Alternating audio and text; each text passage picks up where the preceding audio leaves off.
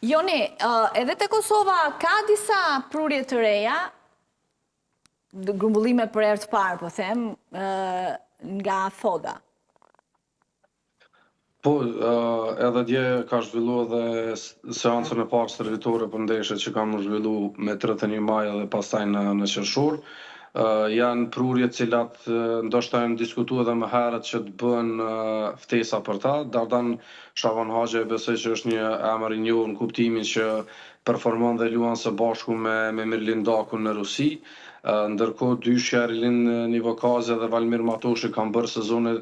jashtëzakonshme personale në Zvicër, kanë qenë prej emrave më të përmendur tek ekipet e tyre, jo vetëm, por edhe në formacionet them të përjavshme, cilat janë dhënë nga vefaqe të ndryshme, por edhe nga vefaqja zyrtare e ligës së Zvicrës. Pra janë prurje të cilat besoj që do të cilin freski, besoj që kanë çfarë t'i tregojnë edhe selektorit Foda, diskutuat ose në hyrje të lajmeve që i bët vetë se përmendet mungesat, më befason fakti ose më çudit fakti për largimin e Don Zhegrovës për arsye personale, nuk e di se cilat janë ato arsyet, paktën ende nuk kanë dalur themi kështu publikisht. Dhe po ashtu nuk është as kapiteni Amir Amani, për këta dy emra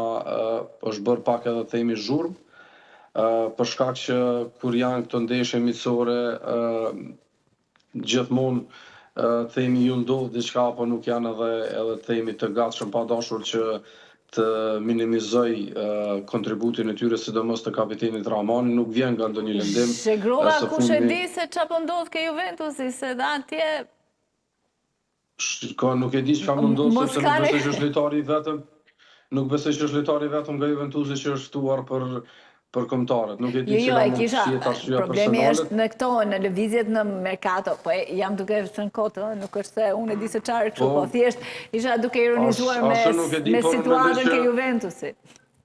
Ftesa nga shteti do të jetë mbi të gjitha, kështu e konsideroj unë. Edhe ka shumë shembuj por kam përshtypjen fakti që ai ishte thirrur, se nëse do ishte që mos donte të vinte, do ta kishte thënë më përpara, siç ishte rasti Rahmanit apo Muriçi që s'ishin fare, por fakti që ai u thirrë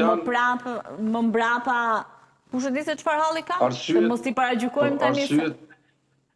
Patjetër. Përveç se mund të ketë mbase ndonjë themi të lashe familjare të rrethit të ngushtë, atëherë themi mund të arsyetohet. Këtë po e them për shkak që besoj që do të ishte një moment shumë i rëndësishëm për të zhvilluar këto dy ndeshje edhe Don Zhegrova pikërisht për karrierën e tij, për shkak të asaj që ecuria e tij në Juventus nuk ishte as pak e mirë gjatë këtij sezoni, duke marrë shumë pak minuta për asaj që ndoshta ka pasur pritshmëri, shumë pak ndeshje ku ka startuar apo edhe ku ka arritur të bëjë mirë siç është pritur në një ekip si Juventusi. Por tek prurjet e reja do të ndalesha, do të jem besoj një shtysë shumë e mirë edhe një themi armë shtesë për ndeshjet cilat e presin, po flas për ndeshjet zyrtare, edhe këto janë zyrtare, po janë miqësore tek e fundit. Vjen mirë që është rikthyer Bersan Celina, një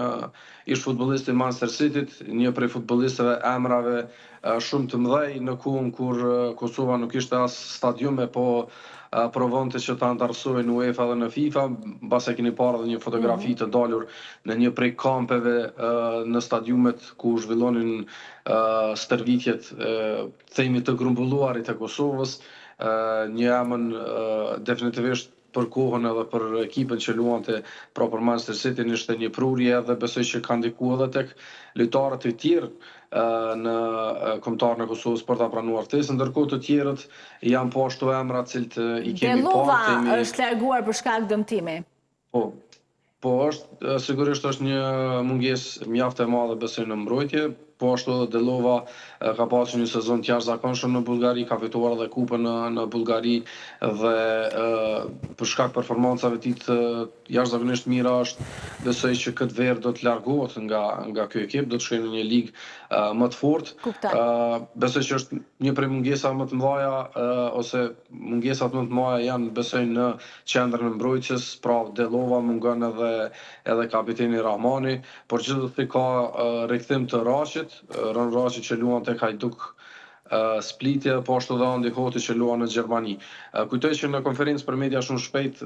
ato që thash edhe në fillim, në këtë listë, sepse është edhe një listë, themi, listë e dytë ose listë rezerv, ku është vetëm, po ashtu vetëm një lojtar nga